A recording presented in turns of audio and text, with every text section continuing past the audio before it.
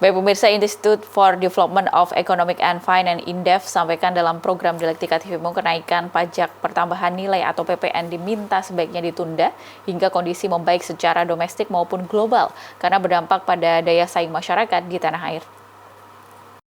INDEF sendiri mengusulkan untuk sebaiknya 12% ini ditunda dulu gitu ya sampai kita tahu kondisinya baik secara domestik maupun global posisi kita aman gitu ya, karena udah di kancah global, karena dengan 12% ini kan dampaknya kemana-mana, terutama ke industri gitu ya, daya saing kita terutama gitu ya. Vietnam sudah melakukan penurunan PPN, kemudian efisiensi birokrasi gitu ya, dengan perampingan kabinetnya. Jadi sebenarnya kita akan menghadapi itu gitu ya, kemungkinan perang dagang kan akan berlanjut gitu ya, gitu ada dengan Trump menjadi presiden Amerika kembali dengan kebijakannya gitu ya. Posisi kita perlu diperkuat gitu ya, terutama ekspor impor gitu ya, dari mesin-mesin ekonomi. Mesin-mesin ekonomi yang berhubungan dengan global adalah ekspor impor kan gitu ya. Bagaimana kita bisa berdaya saing gitu ya, gitu.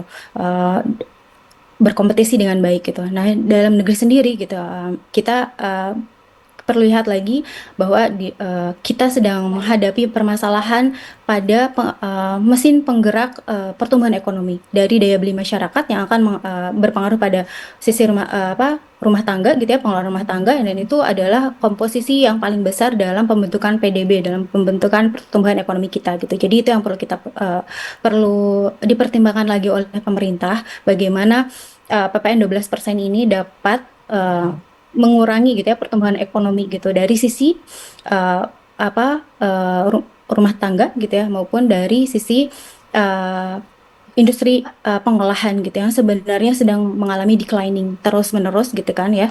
Dan kita perlu push itu gitu. Jadi sebaiknya pemerintah menunda dulu peningkatan PPN 12% gitu.